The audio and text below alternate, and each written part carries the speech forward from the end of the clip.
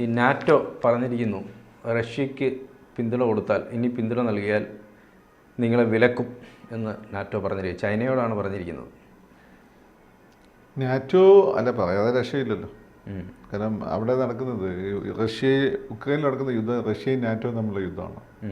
അതിലിപ്പോൾ ചൈനയുടെ ഭാഗത്ത് നിൽക്കുന്ന, റഷ്യയുടെ ഭാഗത്ത് നിൽക്കുന്ന ചൈന, നോർത്ത് കൊറിയ, ഇപ്പം ഇന്ത്യ അത്രത്തോളം ക്ലോസ് ആയിട്ട് ഓപ്പൺ ആയിട്ടില്ലെങ്കിൽ ഇപ്പോൾ ഇന്ത്യ, ഈ 3 രാജ്യങ്ങളാണ്. അതിലേറ്റവും ഇപ്പോൾ റഷ്യ നേരിടുന്ന വലിയൊരു പ്രശ്നം ഫിനാൻഷ്യലി അവർക്ക് അത്ര സ്റ്റേബിൾ അല്ല. ചൈന, അമേരിക്ക കഴിഞ്ഞാൽ ലോകത്തെ 2ാമത്തെ ഏറ്റവും വലിയ ഇക്കോണമി ചൈനയാണ്.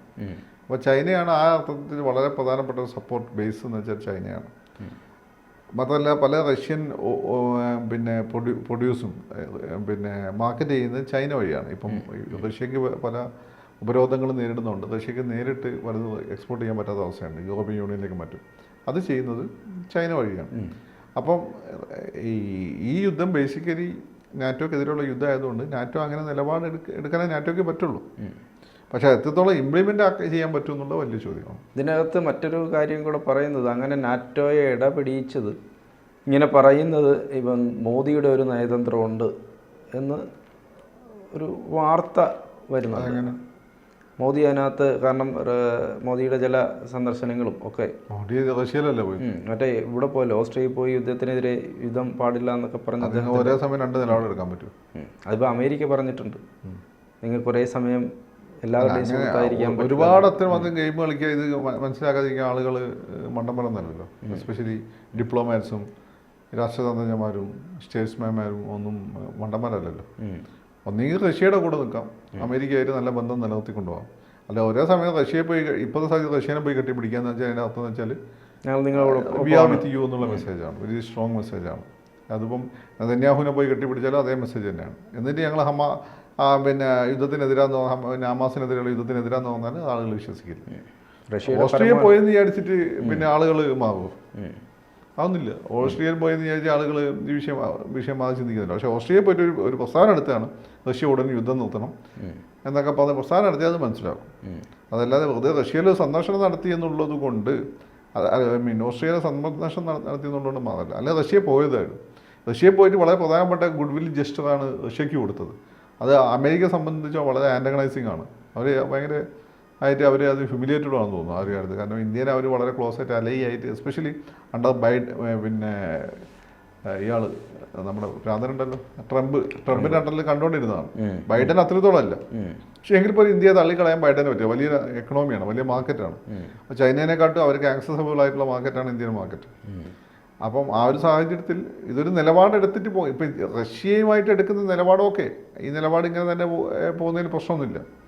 പക്ഷേ ഒരുപാട് ഗെയിം കളിച്ചു കഴിഞ്ഞാൽ അപഹാസ്യമായി പോകും. ഈ ചൈന നാറ്റോ എടുത്ത് പറഞ്ഞിരിക്കുന്നത് നിങ്ങൾ ഏഷ്യയിൽ വന്ന് പ്രശ്നങ്ങൾ സൃഷ്ടിക്കരുത് എന്ന് പറയുന്നുണ്ട്. ഇപ്പോൾ റഷ്യയുമായിട്ടുള്ള വ്യാപാരങ്ങൾ ലോക വ്യാപാര സംഘടനയുടെ നിയമങ്ങൾ പാലിച്ചാണ് ഞങ്ങൾ നടത്തുന്നത്. അതുകൊണ്ട് നിങ്ങൾ ഇവിടെ വന്നിട്ട് ഏഷ്യയിൽ വന്ന് ഈ പ്രശ്നങ്ങൾ ഉണ്ടാക്കാൻ വേണ്ടി നിൽക്കരുതെന്ന് ചൈന മറുപടി കൊടുക്കുകയും ചെയ്യുന്നു.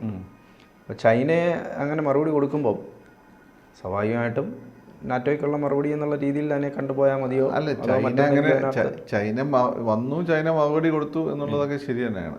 പക്ഷേ ഇതിപ്പം ഫേസ്ബുക്കോ അല്ലെങ്കിൽ വാട്സപ്പോ ഒന്നും അല്ലല്ലോ മൈൻഡ് ചെയ്യാതിരിക്കാൻ. ഇന്റർനാഷണലുള്ളൊരു നയപരമായിട്ടുള്ള തീരുമാനമാണ്. അപ്പോൾ അത് ആ രീതിയിൽ മറുപടി കൊടുത്തേ പറ്റുള്ളൂ.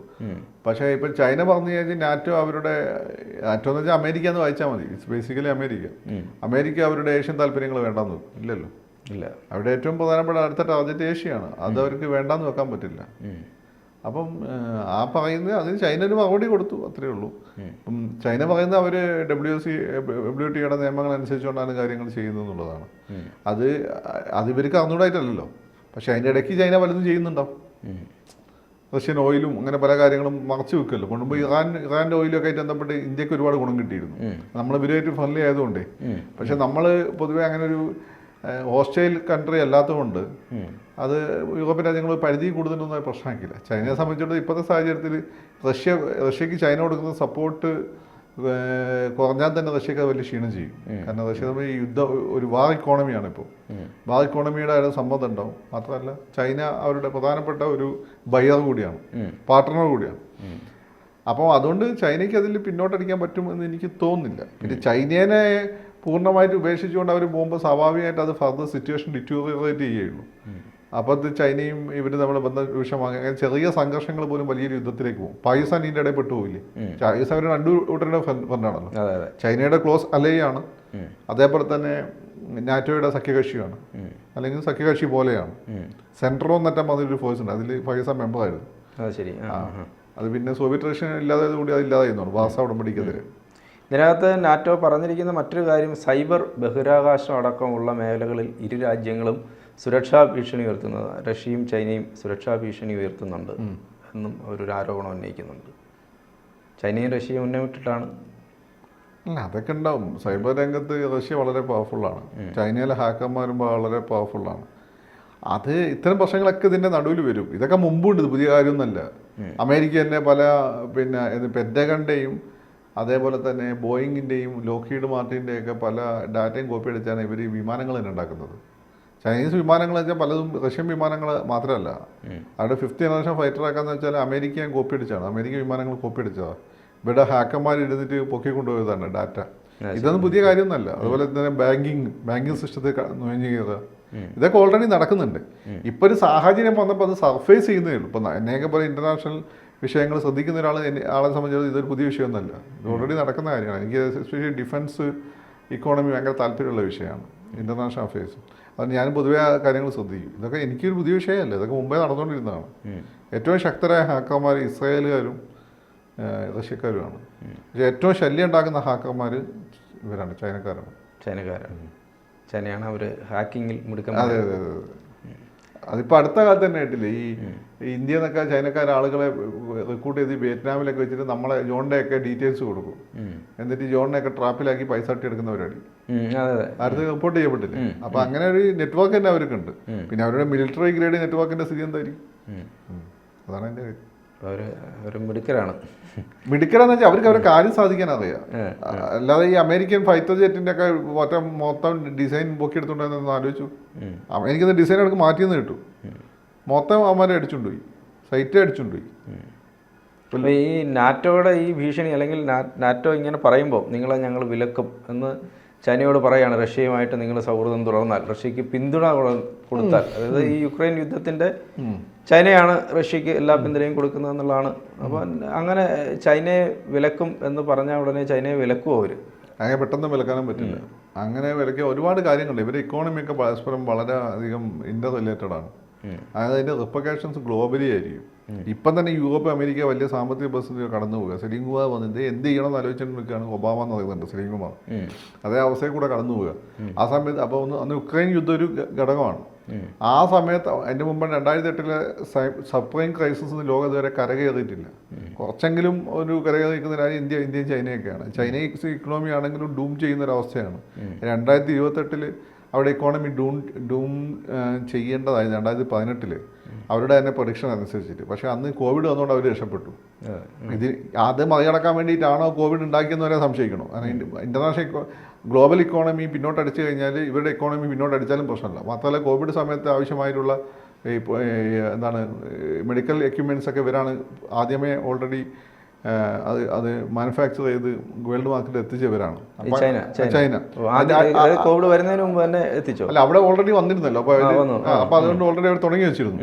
അപ്പോൾ അങ്ങനെയൊക്കെ അതിന് ഗുണം കിട്ടി. പക്ഷേ എങ്കിൽ പോലും അടുത്ത് ഞാൻ വായിച്ചതെന്ന് വെച്ചാൽ ചൈനയിൽ അവിടെ ഷാങ്ഹായ് തുറമുഖത്തൊക്കെ എന്ന് വെച്ചാൽ 10,000 ട്രക്കുകൾ പോയിക്കൊണ്ടിരുന്നതാണ്.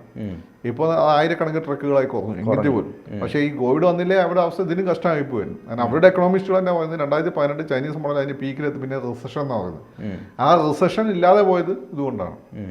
അപ്പോൾ ചൈനയിൽ റിസഷൻ ഉണ്ടെങ്കിൽ അത് ലോകത്തിനെ ബാധിക്കും, ലോകത്തെ എല്ലായിടത്തും അത് ബാധിക്കും. മുമ്പ് തന്നെ ഒരു 90s ഈ ഏഷ്യൻ ടൈഗേഴ്സ് എന്ന് പറയുന്ന ഇന്തോനേഷ്യ, മലേഷ്യ, സിംഗപ്പൂർ ഈ രാജ്യങ്ങളിലെ ഫിലിപ്പൈൻസ് ഇവിടെയൊക്കെ ഒരു റിസഷൻ വന്നപ്പോൾ ഗ്ലോബൽ റിസഷനായി മാറിയതാണ്. അതിനുശേഷം നമ്മൾ നേരിട്ട് ഏറ്റവും വലിയ റിസഷനാണ് അമേരിക്കയിൽ വന്ന സബ്പ്രൈം ക്രൈസിസ്. അത് ഇന്ത്യ ഉൾപ്പെടെയുള്ള രാജ്യങ്ങൾ അത് ബാധിച്ചതാണ്.